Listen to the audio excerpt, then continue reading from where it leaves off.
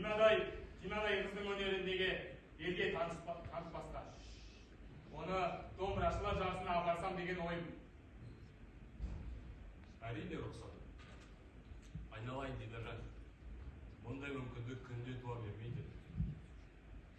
Бірақ, Құреке, сізге не бір өтінішім бар еді. Ол қандай өтініш Кенжеке?